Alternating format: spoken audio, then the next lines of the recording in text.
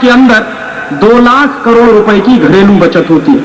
Reserve bank of India के आंकड़ों के अनुसार हमारे देश का एक साल का जो जीडीपी है, जो ग्रॉस डोमेस्टिक प्रोडक्ट है, जो सकल राष्ट्रीय उत्पाद है, उसमें करीब 8 लाख करोड़ का है हमारे देश का सकल राष्ट्रीय उत्पाद, और इसका 24% हम डोमेस्टिक सेविंग्स करते हैं हर साल।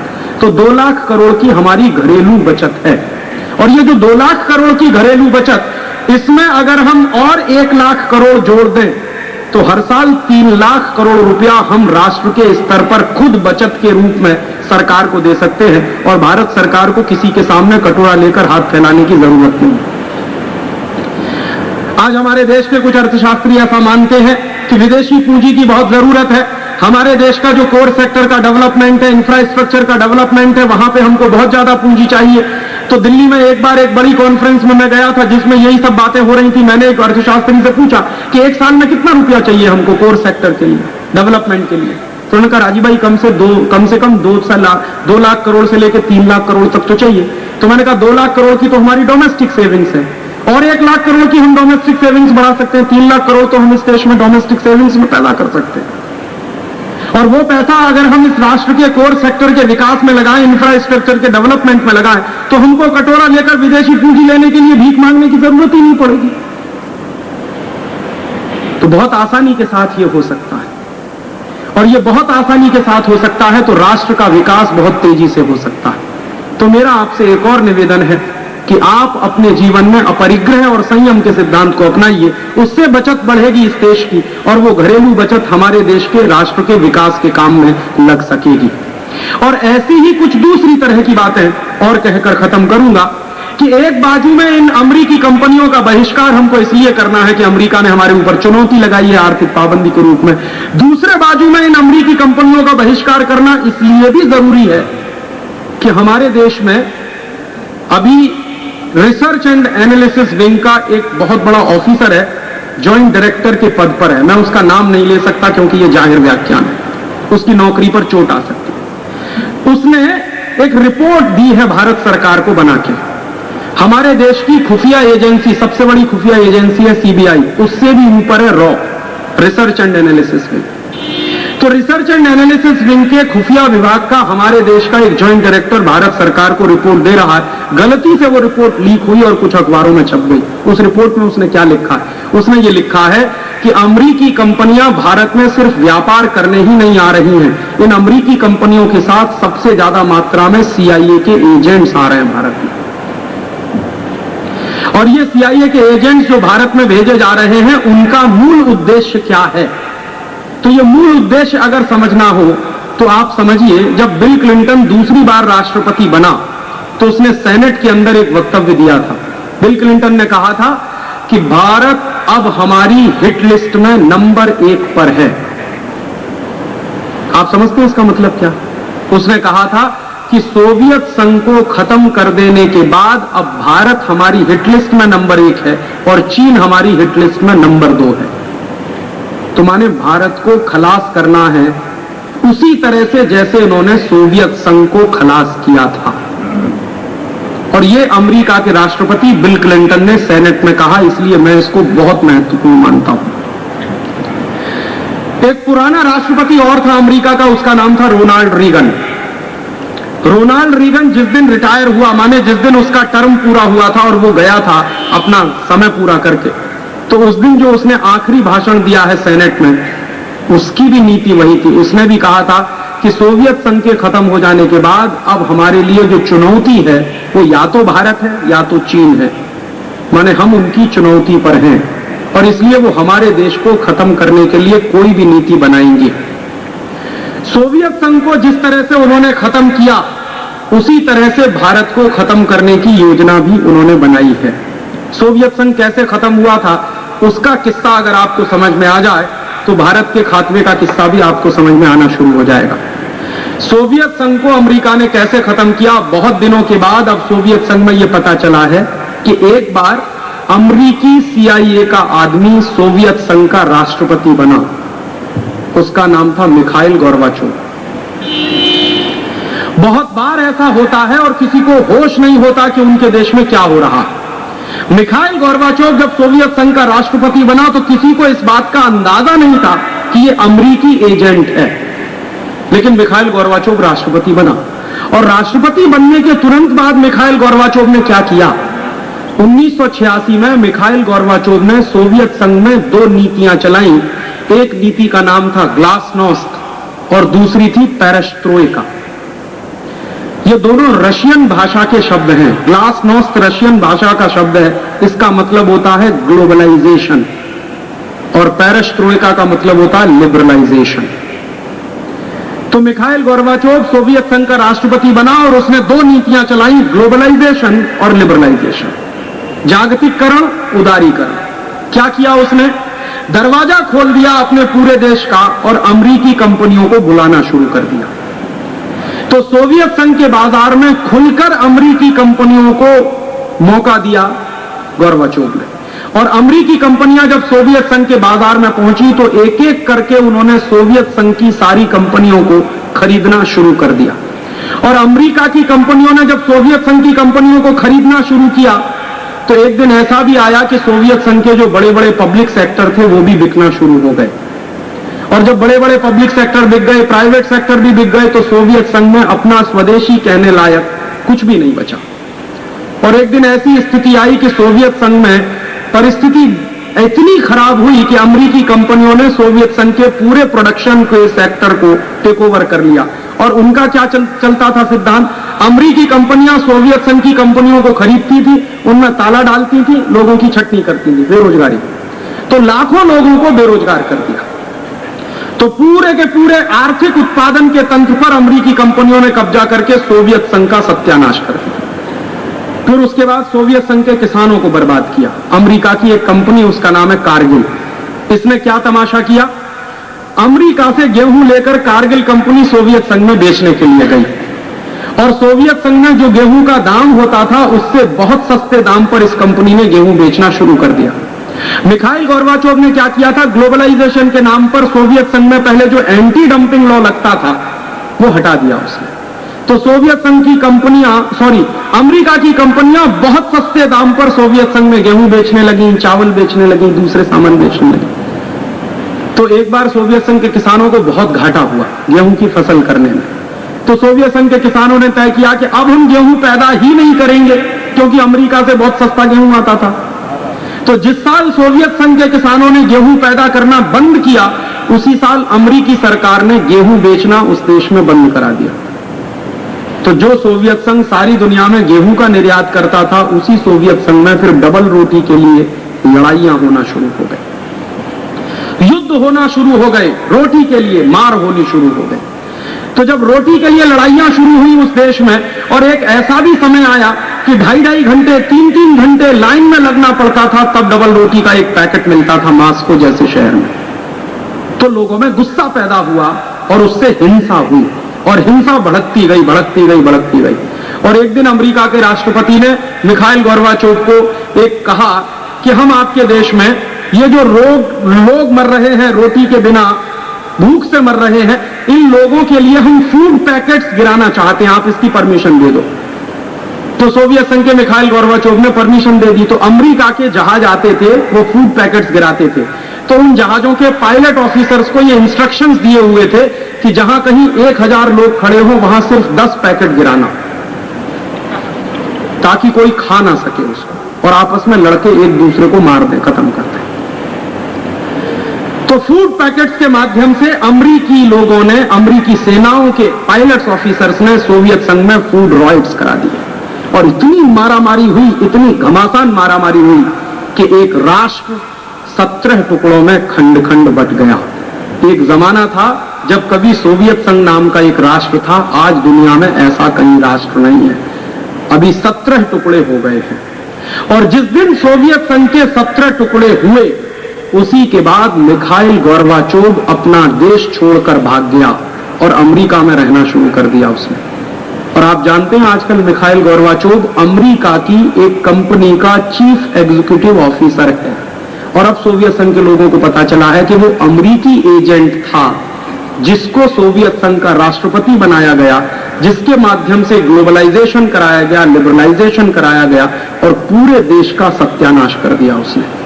और जब अमेरिका में भागकर चला गया मिखाइल गोर्बाचोव, तो अमेरिकी सरकार ने उस मिखाइल गोर्बाचोव को नोबेल पीस प्राइज दिलवाया। शांति का सबसे बड़ा इनाम मिखाइल गोर्बाचोव को मिला। क्यों? क्योंकि उसने अपने देश का सत्यानाश किया, अमेरिका के स्वार्थों की पूर्ति की। मैं आपको कहना यह चाहता हूं कि जो आदमी अमेरिका के स्वार्थों की जितनी ज्यादा पूर्ति करता है, उसी आदमी को उतना बड़ा इनाम मिलता है। तो मिखाइल गोर्बाचोव को इनाम मिला, नोबेल पीस प्राइज।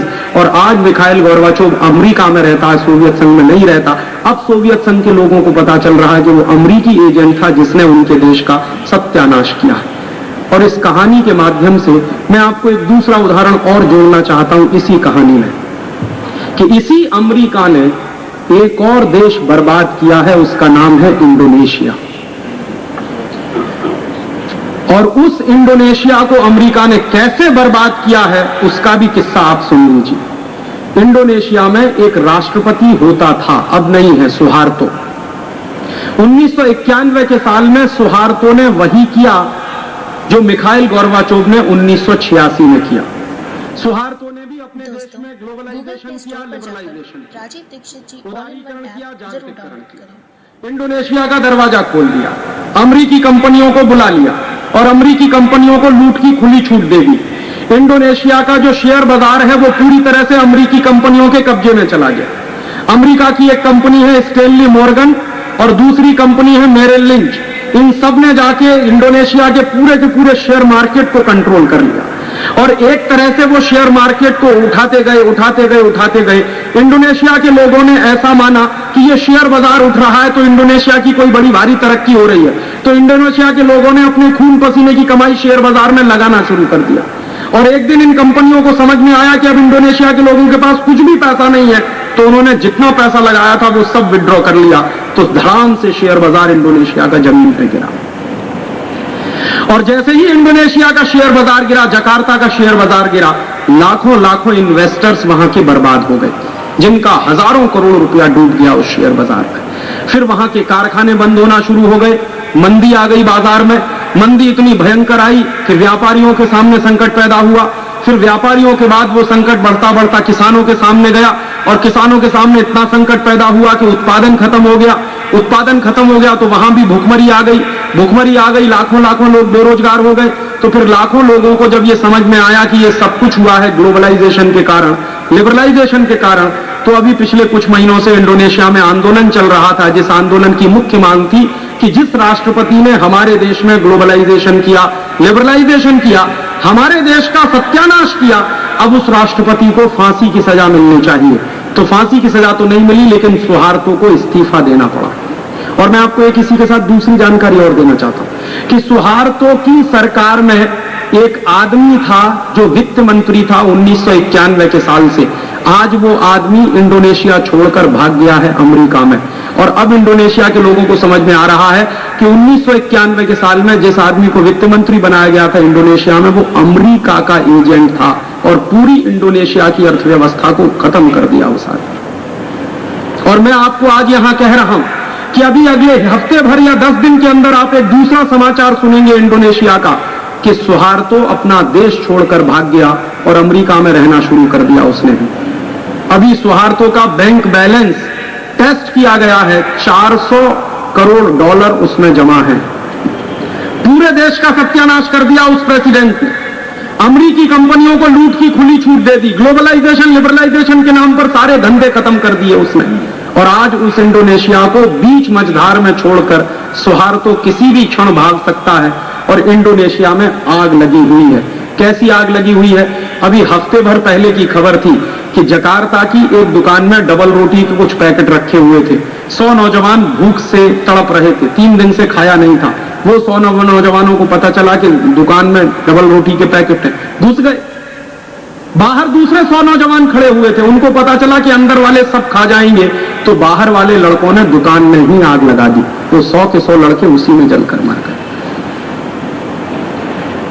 तो भूख के लिए इतनी जबरदस्त लड़ाई इस समय इंडोनेशिया में चल रही है। और ये बिल्कुल आश्चर्य नहीं होगा आपको कि कल इंडोनेशिया भी ऐसे ही न टूट जाए जैसे सोवियत संघ टूटा था। तो ये अमेरिकी कंपनियां क्या सत्यानाश करती हैं किसी भी देश का, उसका एक उदाहरण सोवियत संघ, दूसरा उदाहरण इंडोनेशिया, और तीसरा उदाहरण है साउथ कोरिया, दक्षिणी कोरिया। एक जमाने में ये दक्षिणी कोरिया नाम का देश एशियन टाइगर कहलाता था, और आज वो देश पूरी तरह से भिखारी हो गया है, बैंकरप्ट हो गया है। दक्षिणी कोरिया की सरकार ने भी वही गलती की जो सोवियत संघ ने की, जो इंडोनेशिया ने की। उन्होंने भी ग्लोबलाइजेशन चलाया, लिबरलाइजेशन चलाया, और ग्लोबलाइजेशन और लिबरलाइजेशन चला के अमेरिकी कंपनियों को दरवाजा खोल के बुला लिया, और अमेरिकी कंपनियों ने पूरा का पूरा दक्षिणी कोरिया का बिजनेस चौपट करा दिया। सियोल का शेयर मार्केट ऐसे ही गिराया अमेरिकी कंपनियों ने जैसे इंडोनेशिया का गिराया, और उसके बाद फाइनेंशियल क्राइसिस खड़ी हो गई पूरे के पूरे साउथ कोरिया में। और नतीजे उसके ये निकले हैं कि साउथ कोरिया की बड़ी बड़ी कंपनियां बिकी कौड़ी के दाम में। उनकी सबसे बड़ी कंपनी हुंडई मोटर्स बिकी, बाजार में उसकी जो कीमत होनी चाहिए उसकी 1/3 कीमत पर हुंडई मोटर्स बिक गई। अमेरिकी कंपनियों ने उसको खरीद लिया। पूरा का पूरा साउथ कोरिया बर्बाद हो गया। और वहां के राष्ट्रपति महोदय ने अब यह कहना शुरू किया है कि हमने तो किया था ग्लोबलाइजेशन, हमने तो किया था लिबरलाइजेशन, लेकिन हो गया है रिकॉलोनाइजेशन। माने एक जमाने में दक्षिणी कोरिया अमेरिका का गुलाम था, आज फिर दक्षिणी कोरिया अमेरिका का गुलाम हो गया। तो अब वहां के नौजवानों ने आंदोलन चलाया है। वहां के नौजवान कह रहे हैं be Korean and buy Korean. Indonesia के नौजवान जो आंदोलन चला रहे हैं वो भी यही कह रहे हैं, be Indonesian and buy Indonesian. Soviet संघ में बोरिस येल्त्सिन नाम का प्रेसिडेंट खुद ही आंदोलन चला रहा, be Russian and by Russian. तो ये सारे के सारे उदाहरण मैं आपको इसलिए दे रहा हूं कि इन सभी देशों की बर्बादी हुई है अमेरिकी कंपनियों के कारण, क्योंकि अमेरिकी कंपनियां घुसी, ग्लोबलाइजेशन हुआ, लिबरलाइजेशन हुआ और सत्यानाश हो गया इन देशों का। और मैं अंत में यही कहना चाहता हूं कि हमारे देश में भी ऐसा हो रहा है। 1991 के साल से हमारे देश में भी ग्लोबलाइजेशन चल रहा है, लिबरलाइजेशन चल रहा है। और हमारे देश में जिन लोगों ने ये ग्लोबलाइजेशन चलाया, जिन लोगों ने लिबरलाइजेशन चलाया, उनमें दो सबसे महत्वपूर्ण लोग डॉक्टर मनमोहन सिंह और पी चिदम्बरम, और दोनों को अमेरिका में बेस्ट फाइनेंस मिनिस्टर का अवार्ड मिला है। माने मिखाइल गोर्बाचोव को नोबेल पीस प्राइज दिया गया क्योंकि उसने अपने देश की बर्बादी की। इंडोनेशिया के एक फाइनेंस मिनिस्टर को बेस्ट फाइनेंस मिनिस्टर का अवार्ड दिया गया क्योंकि उसने इंडोनेशिया की बर्बादी की। हमारे देश की भी बर्बादी करने वाले दो आदमियों को बेस्ट फाइनेंस मिनिस्टर का अवार्ड मिला। और इन दोनों लोगों ने जो ग्लोबलाइजेशन चलाया, जो लिबरलाइजेशन चलाया, उसका क्या सत्यानाश हुआ है। हमारे देश में भी दरवाजा खोलकर परदेशी कंपनियों को लूट की खुली छूट मिली है।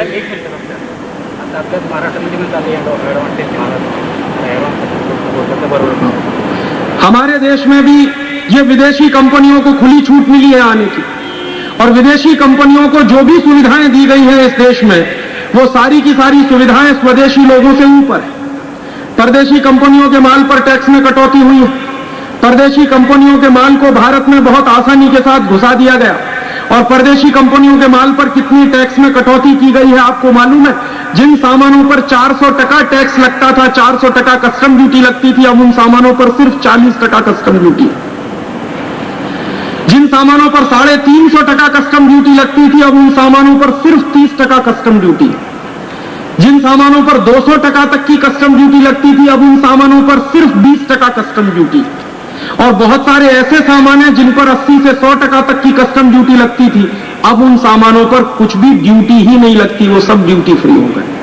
तो परदेशी कंपनियों के सामान पर टैक्स में भयंकर कटौती, और भारतीय कंपनियों पर टैक्स जस का तस। भारतीय कंपनियों को एक्साइज ड्यूटी भी देनी है, सेल्स टैक्स भी देना है, इनकम टैक्स भी देना है, ऑक्ट्रो टैक्स भी देना है, टोल टैक्स भी देना है, सर्विस टैक्स भी देना है। तमाम तरह के डिपार्टमेंट का आपको बंधन झेलना है, और परदेशी कंपनियों को टैक्स में लगातार कटौती की जा रही है। उसके नतीजे क्या निकल रहे हैं? भारत में परदेशी माल बहुत सस्ता बिक रहा है और स्वदेशी माल बहुत महंगा हो गया। और परदेशी माल जब बहुत सस्ता है और स्वदेशी माल महंगा है, तो स्वदेशी कारखाने बंद होते चले जा रहे हैं, परदेशी धंधे ज्यादा बढ़ रहे हैं इस देश में। कैसे कैसे हमारे स्वदेशी कारखाने बंद हुए हैं? अभी मैंने आपको बताया, मैं चंद्रपुर गया था, वहां steel authority of India limited का एक कारखाना है जो बंद होने वाला है। उस कारखाने के अधिकारी मेरा व्याख्यान सुनने आए थे। मैंने उनसे पूछा कि आपकी क्या हालत है, तो कहने लगे राजीव भाई परदेशी स्टील आ रहा है हमारे देश में 8,000 रुपए में 1 टन, और हम स्वदेशी स्टील बना रहे हैं 13,000 रुपए में 1 टन। स्वदेशी स्टील बहुत महंगा है, परदेशी स्टील सस्ता है। आपके मन में प्रश्न आएगा कि स्वदेशी स्टील इतना महंगा क्यों है, परदेशी स्टील इतना सस्ता क्यों है? परदेशी स्टील पर टैक्स में भयंकर कटौती की गई और स्वदेशी स्टील पर टैक्स में कोई कटौती नहीं। तो स्वदेशी स्टील महंगा, परदेशी स्टील सस्ता, तो स्टील बनाने वाले सारे कारखाने धीरे धीरे बंद होने के लिए तैयार हैं। यही हालत हमारे देश के कागज उद्योग की है, पेपर इंडस्ट्री की है। बल्लारपुर में महाराष्ट्र की सबसे बड़ी पेपर मिल है, Ballarpur paper industry, Thapar group की, प्राइवेट सेक्टर की। अभी 60% उत्पादन उनका पूरी तरह से डंप हो रहा है, बिक नहीं रहा है बाजार। और जब बल्लारपुर में मैं गया था व्याख्यान देने, तो वहां के जो मैनेजर थे उन्होंने बताया, राजीव भाई ऑस्ट्रेलिया से कागज आ रहा है, कनाडा से कागज आ रहा है, अमेरिका से कागज आ रहा है, तमाम परदेशी कंपनियों का कागज आ रहा है। सरकार ने इतनी टैक्स में कटौती कर दी है कि उनका कागज बहुत सस्ता है, हमारा कागज महंगा, तो हम बेच नहीं पा रहे। कागज बनाने वाले 40 मिल बंद हुए हैं पिछले 1 वर्ष के अंदर इस देश में। यही हालत हमारे देश की इलेक्ट्रॉनिक इंडस्ट्री की। इलेक्ट्रॉनिक इंडस्ट्री में क्या हुआ है, परदेशी इलेक्ट्रॉनिक सामान बेचने वाली कंपनियों को खुली छूट मिली और स्वदेशी इलेक्ट्रॉनिक्स के सामान बनाने वाली कंपनियां एक एक करके बंद हो गई। आप बाजार में जाइए और किसी भी टेलीविजन की दुकान पर खड़े होकर पूछिए कि आपके पास ईसी टेलीविजन है, तो आपको बताएगा कि ये तो बनना ही बंद हो गया। कभी एक जमाने में ईसी टेलीविजन नाम की पब्लिक सेक्टर की बहुत बड़ी कंपनी थी जो अब बंद हो चुकी। टेलीविजन की दुकान पर जाकर पूछिए कि अपट्रॉन नाम का टेलीविजन है, तो वो कहेगा ये कंपनी ही बंद हो गई है। उत्तर प्रदेश सरकार की ये बहुत बड़ी कंपनी थी जो अभी बंद हो चुकी। आप बाजार में जाइए, मैं आपको चुनौती देता हूं, मेल्ट्रॉन टीवी खरीद के दिखा दिए मुझे कहीं से। ये महाराष्ट्र सरकार की बहुत बड़ी कंपनी थी टेलीविजन बनाने वाली, जो पूरी तरह से बंद हो चुकी। बाजार में जाइए, आपको कहीं भी कोणार्क टेलीविजन नहीं मिलेगा, ये कर्नाटक सरकार की बहुत बड़ी कंपनी थी जो अभी बंद हो चुकी है। बाजार में जाइए, आपको टेलेरामा नाम का टेलीविजन नहीं मिलेगा, ये तमिलनाडु सरकार की बहुत बड़ी कंपनी थी जो बंद हो चुकी। ऐसी हमारे देश की छोटी बड़ी हजारों इलेक्ट्रॉनिक्स की कंपनियां बंद हो गई, क्योंकि परदेशी इलेक्ट्रॉनिक्स का सामान आया, सस्ता किया गया उसको बाजार में टैक्स में कटौती करके, और भारतीय इलेक्ट्रॉनिक्स के सामान महंगे होते गए, कंपनियां बंद होती चली। यही स्थिति हमारे देश के केमिकल इंडस्ट्री की है, ड्रग्स एंड फार्मास्यूटिकल इंडस्ट्री की। बाहर से आने वाले केमिकल सब इतने सस्ते हो गए हैं क्योंकि सरकार ने टैक्स में कटौती है उनकी, तो रॉ मटेरियल जो आ रहा है बाहर से, कच्चा माल आ रहा है, उस पर उतनी ही कस्टम ड्यूटी है जितने पक्के माल पर है। हमेशा से कच्चे माल पर कस्टम ड्यूटी कम रखी जाती है, पक्के माल पर ज्यादा रखी जाती है, लेकिन अब कच्चे माल पर भी उतनी ही कस्टम ड्यूटी है जितनी पक्के माल पर है। तो धीरे धीरे सारे के सारे केमिकल इंडस्ट्री के कारखाने बंद होते चले जा रहे हैं। ये हालत हमारे देश की। पिछले 7 साल में क्या हुआ है, लगभग 36 से ज्यादा औद्योगिक क्षेत्र हैं हमारे देश के जो बर्बाद हुए हैं, और 2,62,000 कारखाने हमारे पूरी तरह से बंद हो गए। ये 2,62,000 कारखाने जो बंद हुए, इनमें करोड़ों लोग काम करते थे जो बेरोजगार हो गए। भारत सरकार उसको इस तरह से कहती है कि सन 1991 के साल में हमारे देश में गरीबों की संख्या थी 32 करोड़, अब 1998 में गरीबों की संख्या हो गई 40 करोड़, माने 8 करोड़ गरीब पिछले 7 साल में और ज्यादा पैदा हुए। तो ये 8 करोड़ गरीब कहां से आए? पहले ये लोग कहीं काम करते थे, इनको कोई रोजगार था, इनके पास कोई धंधा था, अब इनके कारखाने बंद हो गए, इनके रोजगार खत्म हो गए, इनके धंधे खत्म हो गए, इसलिए इनके पास कुछ भी नहीं है काम करने की। और 8 करोड़ लोग जब बेरोजगार हो जाते हैं किसी बाजार में, और उनके खरीदने की शक्ति खत्म हो जाती है, क्षमता खत्म हो जाती है, परचेजिंग कैपेसिटी खत्म हो जाती है, तभी बाजार में मंदी आती है। और हमारे देश के बाजार में पिछले 2 साल से जो मंदी चल रही है, वैसी मंदी पिछले 40 साल में कभी नहीं आई। और इस मंदी का भुगतान कौन कर रहा है? या तो व्यापारी कर रहा है, या तो उद्योगपति कर रहा है। और आपको मालूम है, एक बार जब मंदी का दुष्चक्र पैदा होता है तो वो बढ़ता ही चला जाता है, बढ़ता ही चला जाता है, बढ़ता ही चला जाता है। मान लीजिए कोई एक कारखाना बंद हुआ, तो एक कारखाने के बंद होने के कारण उस कारखाने के लिए जो जॉब वर्क करते थे छोटे छोटे कारखाने, वो सब बंद हो जाएंगे। उस कारखाने के लिए सप्लाई करता था कोई आदमी अपना माल, तो वो सब खत्म हो जाएगा। इस तरह से हमारे देश का पूरा स्मॉल स्केल इंडस्ट्री खत्म हो रहा है, मीडियम स्केल इंडस्ट्री की भी बर्बादी हो रही है। ये ग्लोबलाइजेशन में हो रहा है, लिबरलाइजेशन में। और ये सारी नीतियां बनाई गई हैं मनमोहन सिंह और चिदंबरम जैसे लोगों के द्वारा, और आज उनका हमारे देश में सत्यानाश हमारी आंखों के सामने है। एक और भयंकर नुकसान हमारे देश को किया इन दोनों लोगों ने। मनमोहन सिंह जब वित्त मंत्री बना तो उसने हमारे देश के रुपए का अवमूल्यन करना शुरू किया, डिवैल्यूएशन शुरू किया। और डिवैल्यूएशन शुरू किया तो उसके पीछे तर्क क्या था उसका? उसने ये कहा कि हम भारत का निर्यात बढ़ाना चाहते हैं, एक्सपोर्ट ओरिएंटेड हम इस देश का डेवलपमेंट करना चाहते हैं, तो ज्यादा से ज्यादा निर्यात कब होगा? जब इस देश की मुद्रा का अवमूल्यन करेंगे तो माल सस्ता हो जाएगा, इसलिए ज्यादा बिकेगा। तो अवमूल्यन करते गए। कितना किया? 1991 के साल में $1 में 18 रुपया होता था, आज $1 में 40 रुपया है। 120% अवमूल्यन हो गया। इसका नुकसान क्या हुआ?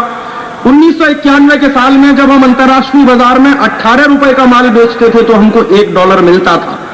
अब अंतर्राष्ट्रीय बाजार में हमको 40 रुपए का माल बेचना पड़ता, तब $1 मिलता। माने 22 रुपए का माल हमारा खड्डे में जा रहा है, उसकी कोई कीमत हमको नहीं मिल रही। दूसरा नुकसान क्या हुआ कि पहले अंतर्राष्ट्रीय बाजार में से हम लोग कोई सामान खरीद के लाते थे, आयात करके लाते थे, तो 18 रुपए का माल जब हम खरीद कर लाते थे, अब वही माल हमको 40 रुपए का खरीदना पड़ता। तो हमारे आयात के खर्चे बढ़ गए, निर्यात की आमदनी कम हुई। निर्यात की आमदनी कम, आयात के खर्चे जब बढ़ जाते हैं तो व्यापार में घाटा पैदा होता है। और इस साल भारत सरकार का व्यापार घाटा लगभग 20,000 करोड़ रुपए के आसपास होने वाला है। अभी बजट आएगा 1 जून को, बजट आएगा तो आपको पता चलेगा कि इस साल का व्यापार घाटा पिछले 40 साल में सबसे ज्यादा है।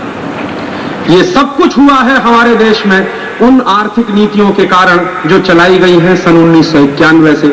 और इसका एक नुकसान और हुआ है कि जब जब व्यापार घाटा ज्यादा बढ़ता है, हमारे देश में एक ऐसी परंपरा डाल दी है ये मनमोहन सिंह और चिदंबरम जैसे लोगों ने कि पहले नीतियां ऐसी बनाओ कि व्यापार घाटा पैदा हो, फिर उस व्यापार घाटे की पूर्ति करने के लिए परदेशी कर्ज लेके आओ।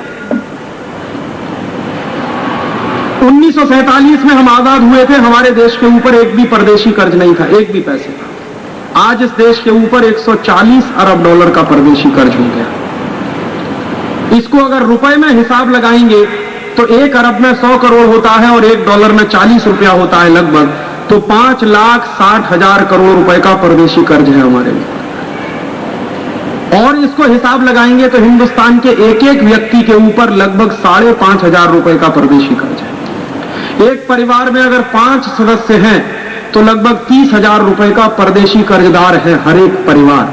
तो आप कहेंगे राजीव भाई हमने तो कभी लिया नहीं है, हमारे ऊपर कहां से चढ़ा?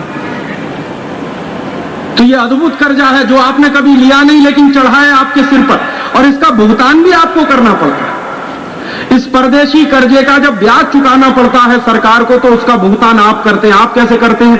आप सरकार को जो टैक्स देते हैं, सरकार आपसे जो टैक्स वसूलती है, उस टैक्स की वसूली का एक बड़ा हिस्सा परदेशी कर्जे का ब्याज चुकाने में खर्च होता है। और इस साल आप जब बजट आएगा 1 जून को तो आप एक ही चीज समझने की कोशिश करिए बजट में कि इस साल भारत सरकार का सबसे ज्यादा पैसा कहां खर्च हो रहा है। हमारे देश के गरीब किसानों के ऊपर खर्चा नहीं होगा, बेरोजगारों पर खर्चा नहीं होगा, हमारे देश में जो लोग भूख से मर रहे हैं उनके ऊपर नहीं होगा, पानी के लिए नहीं होगा। भारत सरकार का सबसे ज्यादा पैसा खर्च होगा इस साल परदेशी कर्जे का ब्याज चुकाने में। और लगभग अभी बजट नहीं आया लेकिन मैं अप्रोक्सीमेशन आपको दे रहा हूं, लगभग इस साल भारत सरकार का 80,000 करोड़ रुपए परदेशी कर्जे का ब्याज चुकाने में चला जाएगा। ये ग्लोबलाइजेशन का दुष्परिणाम। और ये 80,000 करोड़ रुपया कितना होगा? ये भारत सरकार के पिछले साल की जो आमदनी है टैक्स की, उसका 70% है। पिछले साल टैक्स की आमदनी बहुत कम हुई है सरकार, क्योंकि उत्पादन कम हुआ है तो एक्साइज ड्यूटी का कलेक्शन कम हुआ, क्योंकि उत्पादन कम हुआ है तो इनकम टैक्स भी कम कलेक्ट हुआ, क्योंकि मंदी आई है बाजार में इसलिए सेल्स टैक्स भी कम कलेक्ट हुआ। बिक्री नहीं है बाजार में तो सेल्स टैक्स कहां से आएगा? उत्पादन नहीं है तो एक्साइज ड्यूटी कहां से आएगी? इनकम नहीं है तो इनकम टैक्स कहां से आएगा?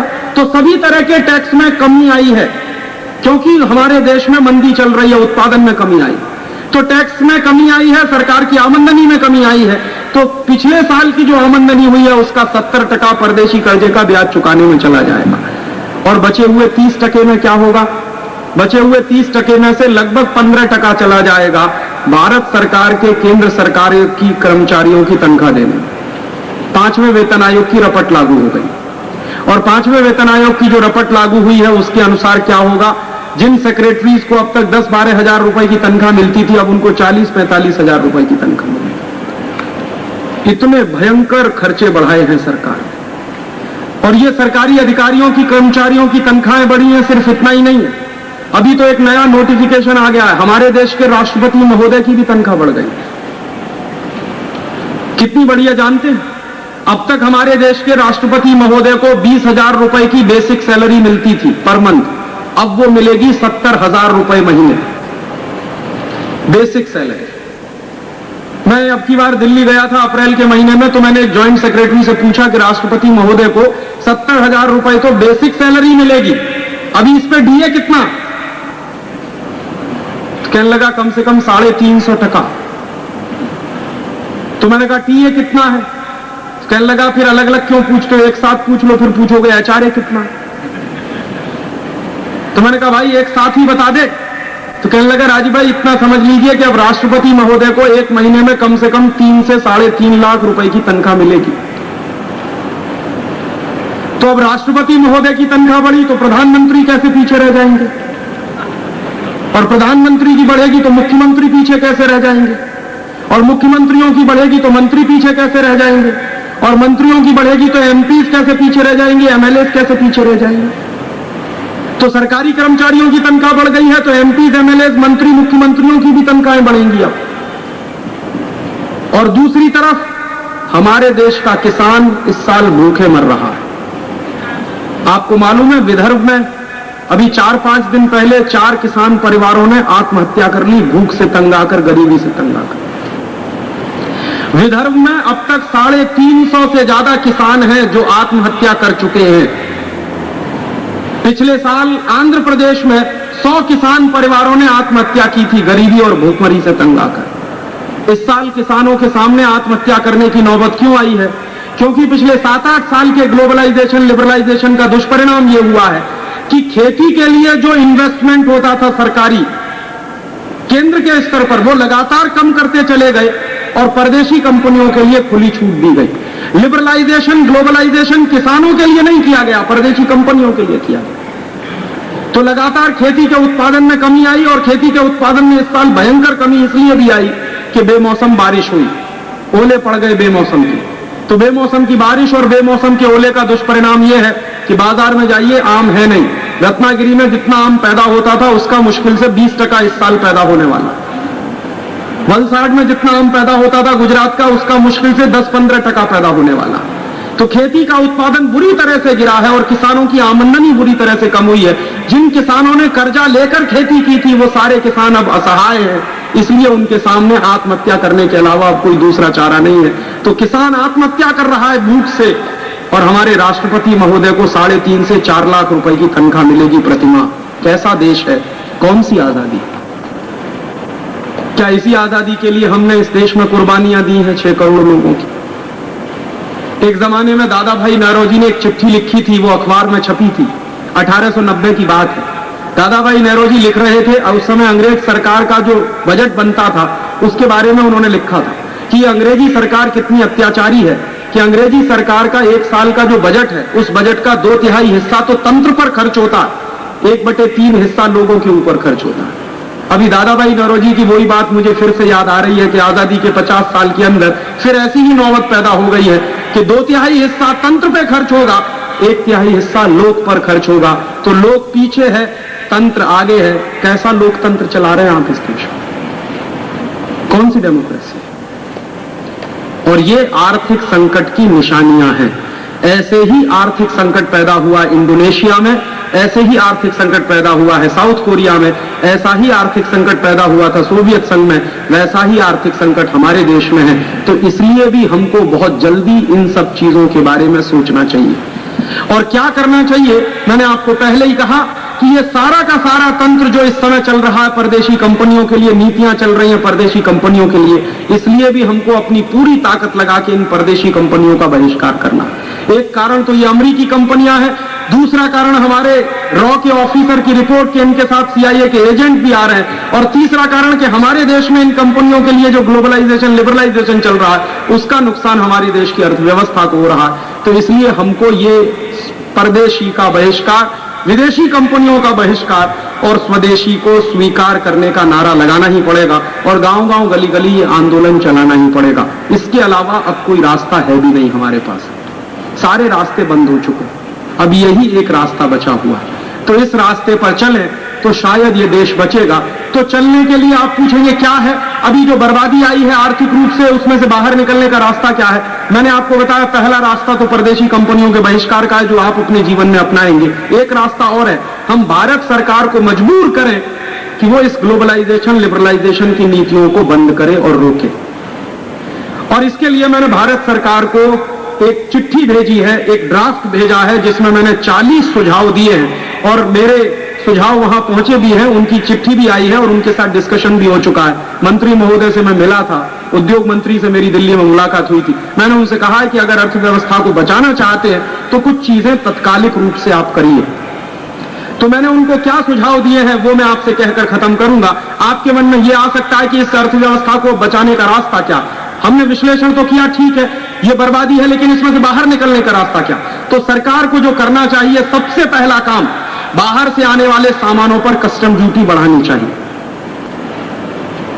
और जितनी ज्यादा से ज्यादा कस्टम ड्यूटी बढ़ा सके बाहर से आने वाले सामानों पर, उतना ही हमारे उद्योगों को बचाने के लिए अच्छा होगा। तो बाहर से आने वाले सामानों पर कस्टम ड्यूटी बढ़ानी चाहिए और भारत के अंदर जो टैक्स लगे हुए हैं डोमेस्टिक लेवल पर, इनमें कटौती होनी चाहिए।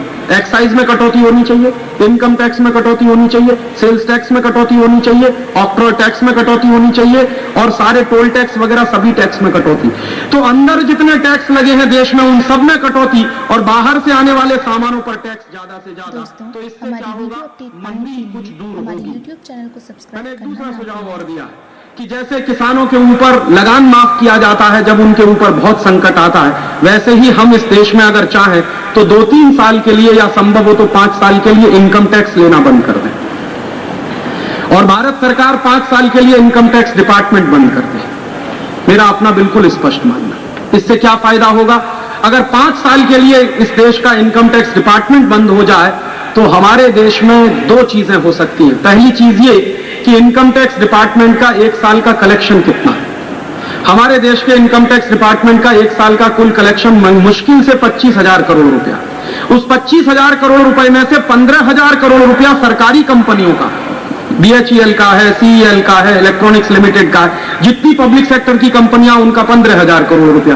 प्राइवेट कलेक्शन सिर्फ 10,000 करोड़ का और वो 10,000 करोड़ का प्राइवेट कलेक्शन करने के लिए इनकम टैक्स डिपार्टमेंट हर साल 3,000 करोड़ रुपए खर्च कर देता, तो सिर्फ 7,000 करोड़ का कलेक्शन आता।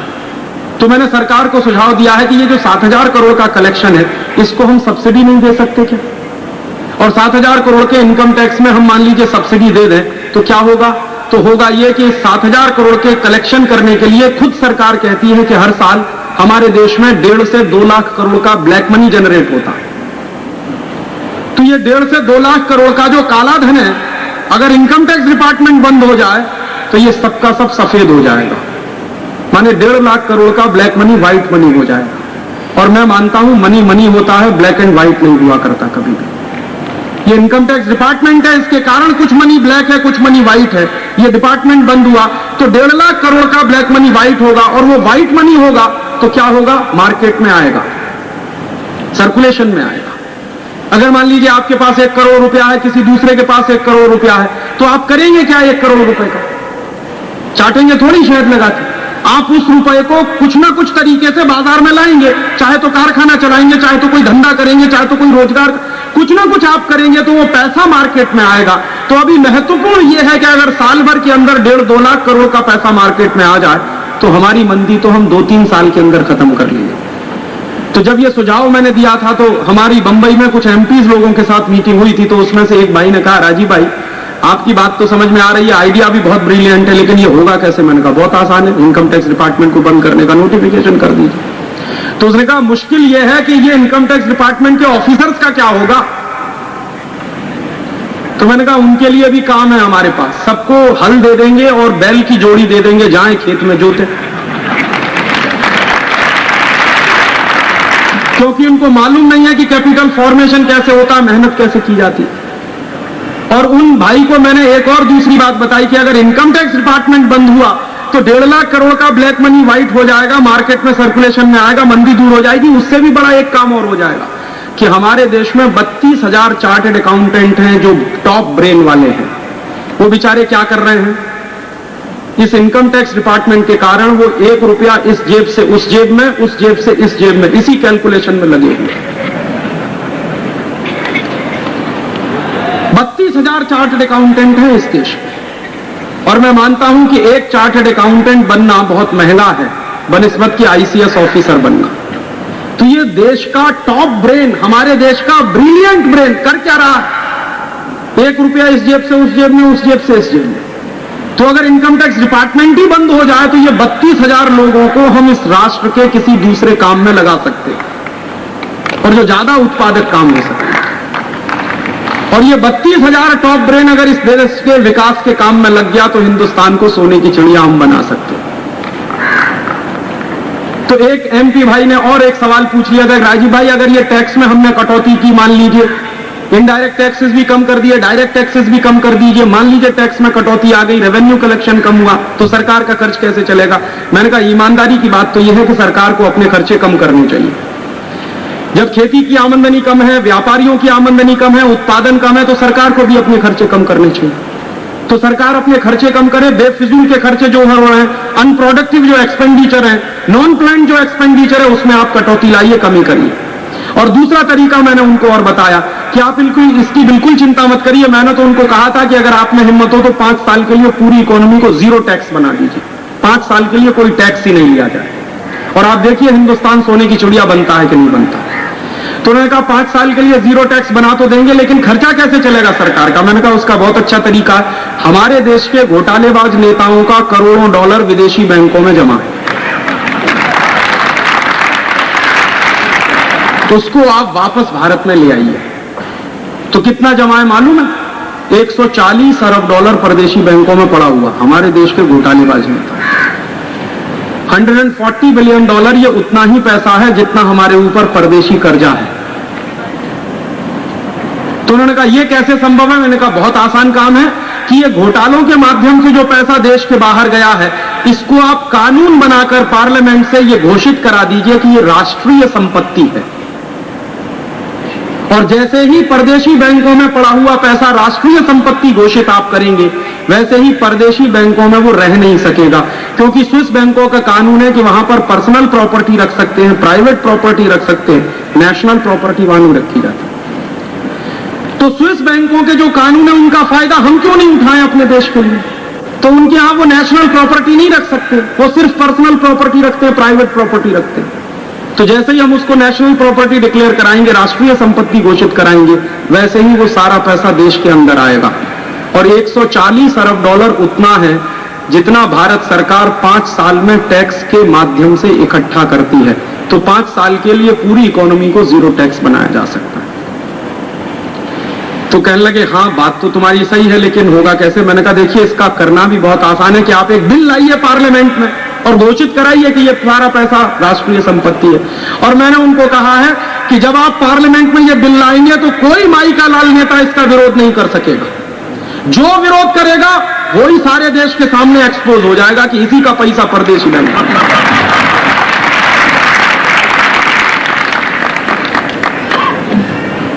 कोई विरोध कर ही नहीं सकेगा। तो इसलिए सबका सब पैसा देश में आ जाएगा। तो फिर एक MP ने मुझसे यह भी पूछा था कि ऐसा कभी हुआ है दुनिया में? तो मैंने उनका ताजा उदाहरण है। अफ्रीका में एक देश है, उसका नाम है जायरे। जायरे देश का एक प्रेसिडेंट था, उसका नाम था मोबुटू। बहुत करप्ट आदमी, सारा देश लूट के पैसा विदेशी बैंक में जमा कर दिया। अब मोबुटू की सत्ता पलटी, अभी नई सरकार आई है, 3 महीना हुआ है, जायरे में सत्ता परिवर्तन हो गया।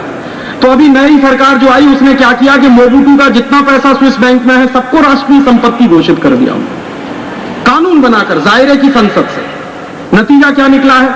उन्होंने राष्ट्रीय संपत्ति घोषित किया और स्विस बैंकों में 56 लाख स्विस फ्रैंक इतना पैसा मोबुटू का था, वो सबका सब जायरे सरकार को उन्होंने सौंप दिया।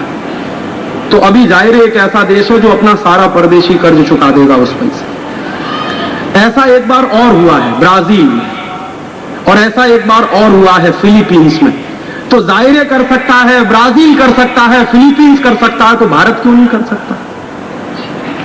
बस संकल्प शक्ति की जरूरत है और सारे देश की जनता को इस बात के लिए जागृत करने की जरूरत है। और ऐसे ही एक सुझाव मैंने और दिया है भारत सरकार को कि अमेरिकी संसद ने अभी एक कानून पारित किया है। उस कानून का नाम है बाय अमेरिकन एक्ट। आप समझते हैं इसका मतलब? अमेरिकी माल खरीदो, इसके लिए कानून बन गया है अमेरिका में। तो अमेरिका ने यह कानून क्यों पारित किया है? अमेरिका में 50 स्टेट हैं, राज्य सरकारें हैं। तो सभी राज्य सरकारों को इस कानून के बाद जिम्मेदारी दे दी गई है कि वो जितनी सरकारी खरीद करेंगे वो सिर्फ अमेरिकी कंपनियों से ही करेंगे। कोई परदेशी कंपनी का माल अमेरिका की कोई राज्य सरकार अब नहीं खरीदेगी, कानून बना दिया। तो मैंने भारत सरकार को सुझाव दिया है कि अगर अमेरिकन पार्लियामेंट में बाय अमेरिकन एक्ट बन सकता है तो हमारी संसद में बाय इंडियन एक्ट क्यों नहीं बन सकता? बिल्कुल संभव है ये। और अगर अमेरिका अपनी डोमेस्टिक इंडस्ट्रीज को, घरेलू उद्योगों की रक्षा करने के लिए कानून बना सकता है तो हम भी हमारी संसद से बना सकते हैं और कोई हमको नहीं रोकने वाला। ऐसे कर करके कुछ 40 एक सुझाव दिए हैं। मुझे उम्मीद है कि उनमें से कुछ सुझाव अगर ये लागू करेंगे तो इस साल बजट के बाद कुछ स्थिति बदलेगी, और अगर नहीं किए तो हमारा देश इंडोनेशिया, साउथ कोरिया वाले रास्ते पर और 2 कदम आगे चला जाएगा। इसलिए मेरा आपसे निवेदन है कि भारत सरकार के ऊपर भी यह सतत दबाव बने, उसके लिए भी आपको ये सब बातें विचार के रूप में, बहस के रूप में पूरे समाज में चलानी पड़ेगी। और इन सब बातों को सूत्र रूप में चलाने का एक ही तरीका है, स्वदेशी और स्वदेशी की बात, स्वदेशी का प्रचार, स्वदेशी का आंदोलन। उसके माध्यम से ये सब बातें आप कह सकते हैं, प्रचारित कर सकते हैं। तो यही मैं आपसे कहने आया था। और ये सब बातें हमारे समाज में जाएं, इन पर बहस हो, विचार हो, चिंतन हो, और ये सब चिंतन, बहस, विचार के बाद कोई रास्ता निकले तो इस समाज को आगे भी हम ले जा सकते हैं। क्योंकि हमारा समाज तो विचारशील समाज रहा है, शास्त्रार्थ करने वाला समाज रहा, बहस करने वाला समाज रहा। इसलिए मेरा आपसे एक आखिरी निवेदन और है कि आपका दिमाग इन सब चीजों पर सोचे, चिंतन करे, बहस करे। इसके लिए एक छोटा सा काम करिए कि टेलीविजन का स्विच ऑफ कर दीजिए, अपने अपने घर का टीवी बंद कर दीजिए। क्योंकि जब से टीवी चल रहा है आपने चिंतन करना छोड़ दिया है। इस टेलीविजन का सबसे ज्यादा नुकसान अगर कोई हो रहा है समाज को तो हमारी विचारशीलता खत्म हुई है, बहस करने की शक्ति खत्म हो गई है, विश्लेषण करने की शक्ति खत्म हो गई है। देश और समाज और राष्ट्र के बारे में सोचने की बातें हमने बहुत पीछे छोड़ दी हैं क्योंकि टेलीविजन में फंस गए। और होता क्या है, दिन भर मान लीजिए हमारे मन में कोई विचार आता भी है, कोई चिंतन हम करते भी हैं राष्ट्र के लिए, देश के लिए, और घंटे भर का चित्रहार देख लेते हैं तो सब साफ हो जाता है दिमाग में से। क्योंकि जब आप चित्रहार देख रहे हैं और आपको गीत सुनाया जा रहा है चोली के पीछे क्या है और चीज बड़ी है मस्त मस्त, तो आप राष्ट्र की बात सोचेंगे, उस समय समाज की बात सोचेंगे कि देश की बात सोचेंगे। इसलिए मेरा आपसे बहुत विनम्र निवेदन है कि आज आपके चिंतन की, आपके विचार की इस राष्ट्र को जरूरत है। तो वो चिंतन और विचार आप तब कर सकेंगे जब टेलीविजन देखना बंद करें। तो मेरा आपसे आखिरी निवेदन है कि आप टीवी बंद करिए, और टीवी इसलिए भी बंद करिए कि ये देखने लायक नहीं है।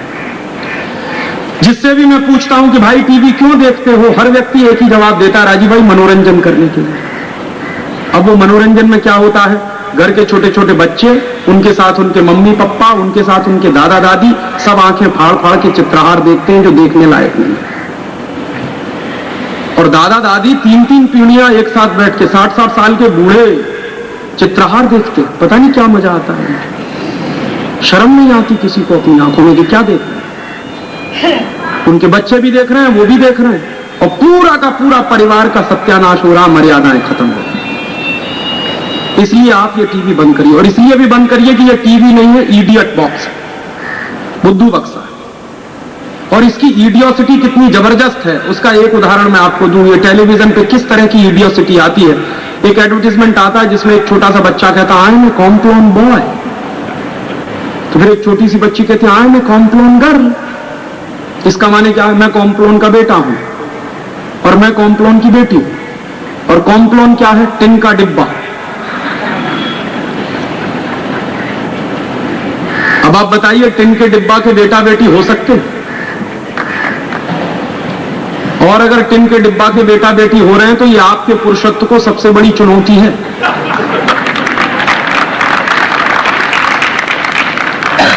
बेटा बेटी मम्मी पापा के हैं कि कॉम्प्लोन के हैं? फिर आप कहते हैं, आजकल के माँ बाप से मैं एक ही बात सुनता हूं, राजी भाई हमारे बच्चे हमारी सुनते नहीं है, हमारी मानते नहीं है। वो सुनेंगे मानेंगे कैसे? वो आपके हैं कहां? वो तो कॉम्प्लोन के।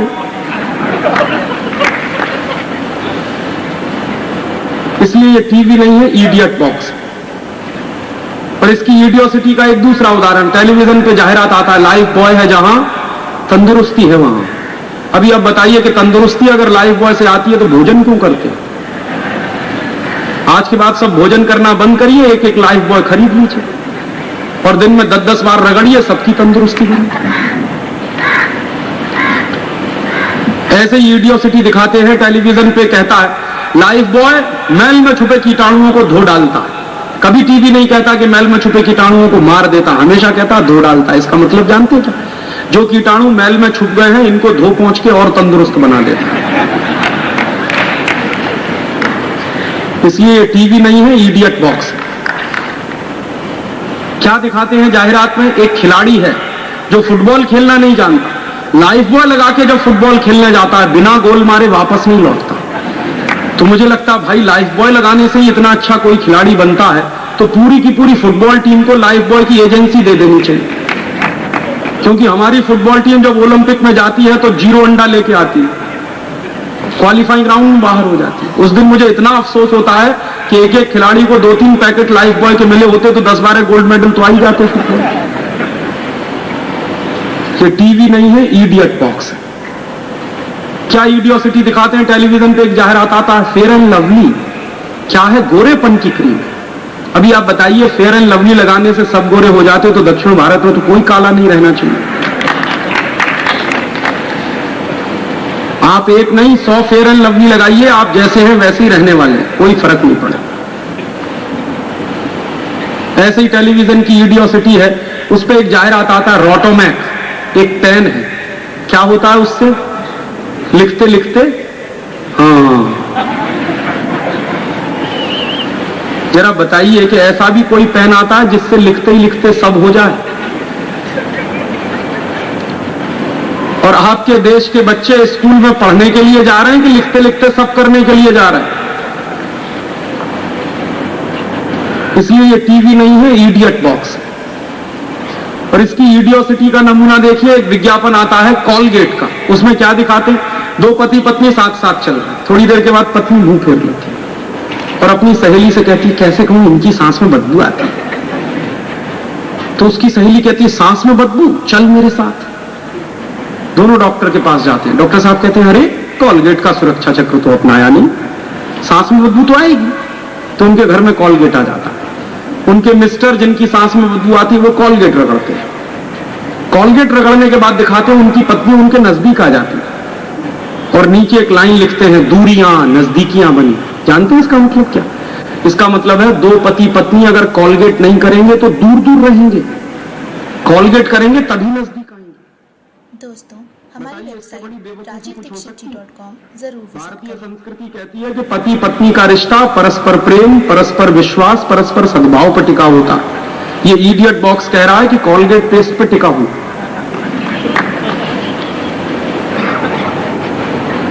और ये टेलीविजन की इडियोसिटी इतनी बढ़ गई है, अभी टेलीविजन पे एक जाहिरात आता है चिकलेट्स की गोलियां।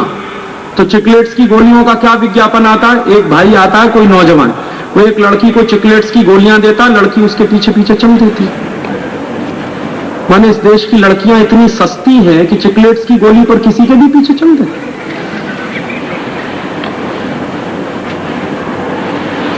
इसलिए मैं आपसे कह रहा हूं कि ये टेलीविजन नहीं है, इडियट बॉक्स है। और आप क्या करते हैं कि बार बार लगातार यही इडियोसिटी देखते हैं, बेवकूफी देखते हैं और आप फिर वही बेवकूफी करते हैं बाजार में जाके, वो सामान खरीद के लाते हैं। इसलिए मैं आपसे मना कर रहा हूं कि ये टीवी बंद करिए। और ये टीवी इसलिए भी बंद कर दीजिए कि बच्चों पर इसका बहुत बुरा असर पड़ रहा है। अभी मैं पूना में था, मेरा जाहिर व्याख्यान हुआ, एक डॉक्टर आया मेरे पास व्याख्यान के बाद, उसने बताया राजीव भाई पूना के मेंटल हॉस्पिटल में वो डॉक्टर नौकरी करता। उसने बताया कि एक बच्ची है 12 साल की, जी हॉरर शो देखकर पागल हो गई। उसका इलाज चल रहा अभी पुणे। अभी चंद्रपुर में जब मैं गया था तो मेरे जाहिर व्याख्यान के बाद एक बहुत ही गरीब मजदूर आया, रोता हुआ मंच पे आ गया, कहने लगा राजीव भाई मेरे घर का तो सत्यानाश हुआ। मैंने कहा क्या हुआ तेरे घर में?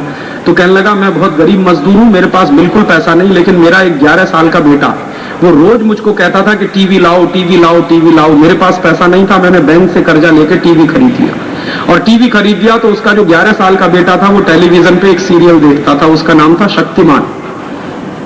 तो वो शक्तिमान सीरियल में पता नहीं क्या दिखाते हैं कि वो कोई है घूमता हुआ ऊपर से कूदता है, जमीन पे आता है, कोई हीरो है उसका।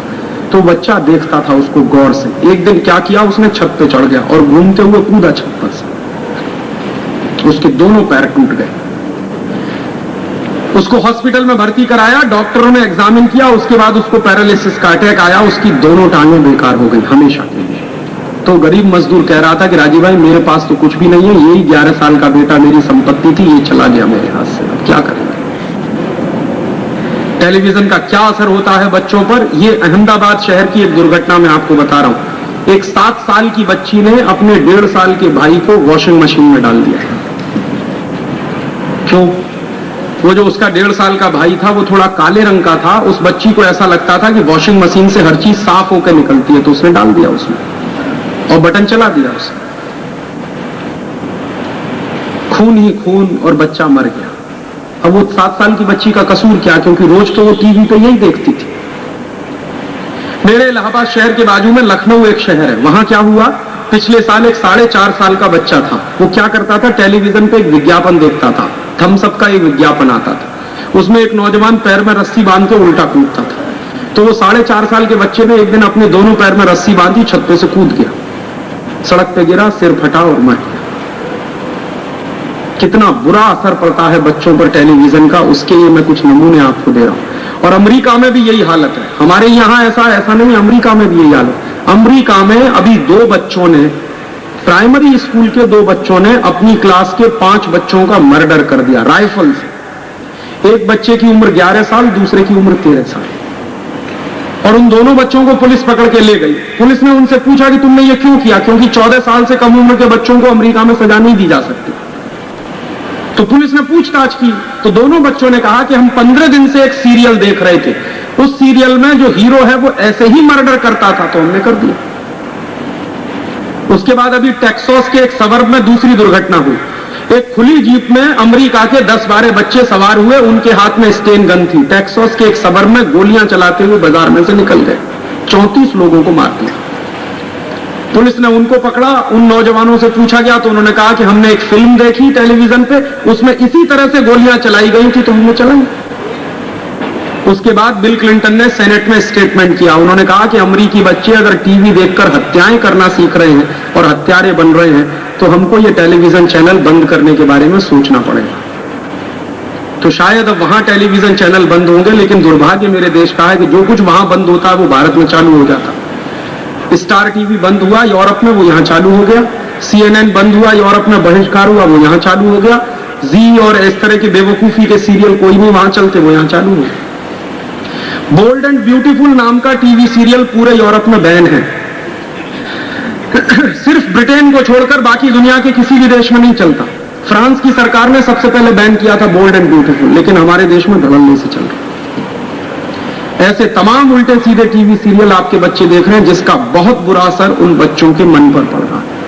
और आप जानते हैं बच्चे बहुत भोले होते हैं, जो देखते हैं वही करते हैं अपने जीवन में, जो सुनते हैं वही करते हैं अपने जीवन में। तो हमारे देश के बच्चे क्या सुन रहे हैं, क्या देख रहे हैं, इस देश के बच्चों को देखना चाहिए, सुनना चाहिए, गाना चाहिए। मेरा रंग दे बसंती चोला, और ये गा रहे हैं चोली के पीछे क्या। कितनी गिरावट आई है संस्कृति में इस टेलीविजन से, उसका ये नमूना। इसलिए मेरा आपसे निवेदन है कि जितनी जल्दी संभव हो ये टीवी चैनल बंद करिए, और इसलिए भी बंद करिए कि बहुत सारे टीवी चैनल अमेरिका के हैं। स्टार टीवी अमेरिका का है, ESPN अमेरिका का है, CNN अमेरिका का है, और ये सारे के सारे टीवी चैनल जब चलते हैं हमारे घर में, तो इन टीवी चैनलों का पैसा हिंदुस्तान से बाहर जाता है। एक साल में जी सिनेमा, स्टार मूवीज और ESPN, इन 3 चैनलों का 225 करोड़ रुपया भारत से चला जाता है विदेश में। तो पैसा भी हमारा जा रहा है, बर्बादी आ रही है हमारी, और देश के बच्चों के संस्कार भी खराब हो रहे हैं। तो ये संस्कार खराब हो गए और बच्चों का चरित्र बर्बाद हुआ तो आने वाली नौजवान पीढ़ी को क्या नसीहत देंगे। इसलिए मेरा आपसे ये आखिरी निवेदन है कि इस देश की नौजवान पीढ़ी बचे और इसके संस्कार बचे, भारतीय संस्कृति बचे, इसके लिए जितनी जल्दी हो अपने घर का टीवी बंद कर दीजिए। आप पूछेंगे फिर क्या करें मनोरंजन के लिए? बच्चों को अच्छी अच्छी किताबें पढ़ने को दीजिए, साहित्य की पढ़ाई करिए और आप कराइए। बच्चों को संगीत की शिक्षा दीजिए और आप खुद सीखिए। कला की शिक्षा दीजिए और सिखाइए। साहित्य, संगीत, कला, इन तीन चीजों में जो बच्चों को शिक्षा मिलेगी और मनोरंजन होगा वो किसी भी दूसरे चीज में नहीं है। तो मेरा आपसे यह आखिरी निवेदन है कि घर से टीवी निकालिए, साहित्य, संगीत, कला के माध्यम से बच्चों में परिष्कार डालिए, संस्कार डालिए और इस देश के साथ जो सांस्कृतिक आक्रमण चल रहा है इसको रोकने में मदद करिए। तो आपसे यही छोटी छोटी कुछ बातें कहने आया था। स्वदेशी अपनाइए, टेलीविजन का बहिष्कार करिए, अमेरिकी कंपनियों का बहिष्कार करिए, ज्यादा से ज्यादा इस देश के आसपास बनने वाले सामान को खरीदिए, हमारे देश के छोटे उद्योग जो बनाते हैं वो सामान खरीदिए, तो इस देश की अर्थव्यवस्था को बचा सकते हैं। स्वदेशी ला सकते हैं तो अर्थव्यवस्था बचेगी, टेलीविजन बंद होगा, केबल कनेक्शन का बहिष्कार होगा तो संस्कृति बचेगी। और इसी सब काम के लिए आपसे कुछ दान मांगने आया, वोट मांगने आया नहीं, कभी आऊंगा नहीं, किसी पार्टी से कोई रिश्ता नहीं, ना आपसे नोट मांगने आया। आपसे वोट नहीं चाहिए, आपसे नोट नहीं चाहिए। आप फिर पूछेंगे क्या चाहिए हमको? मुझे आपसे क्या चाहिए? आपका एक तो संकल्प चाहिए जो आप अपने जीवन में धारण करेंगे स्वदेशी का, और दूसरा आपसे समय दान चाहिए। एक दिन में आपके पास 24 घंटे का समय है, इसमें से 23 घंटे आप अपने लिए रखिए, 1 घंटे का समय दान करिए। तो 1 घंटे में आप क्या करेंगे? जो कुछ मैंने आपसे कहा यही बात आप रोज कम से कम 2, 3, 5 लोगों को कहिए, कम से कम। और रोज अगर एक व्यक्ति को भी आप ये बात कहें तो साल में 365 परिवारों तक ये संदेश पहुंचेगा।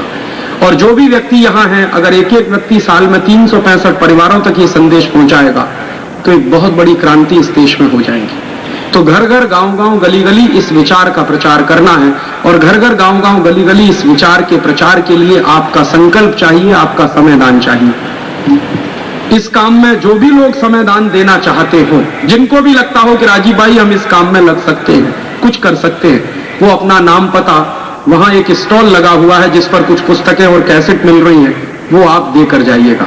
आपका नाम पता हमारे पास रहेगा। हम सारे देश में इस आंदोलन को चला रहे हैं और इसके माध्यम से एक बड़ा संगठन बना रहे हैं, क्योंकि बिना संगठन के कोई भी बड़ा काम लंबे समय तक इस देश में नहीं किया जा सकता। तो आप जैसे लोगों का समयदान अगर मिलेगा तो ये संगठन बनेगा, और ये संगठन बनेगा, सारे देश में चलेगा, तो एक नए तरह की क्रांति का सूत्रपात इस देश में होगा, जिसमें वोट नहीं, नोट नहीं, समय के दान के साथ राष्ट्र और समाज का काम करना है। उसी काम के लिए मुझे आपसे थोड़ा सा समय दान की अपेक्षा है। अगर आप दे सकें तो आपका बहुत बहुत शुक्रिया, बहुत बहुत धन्यवाद, बहुत बहुत आभार।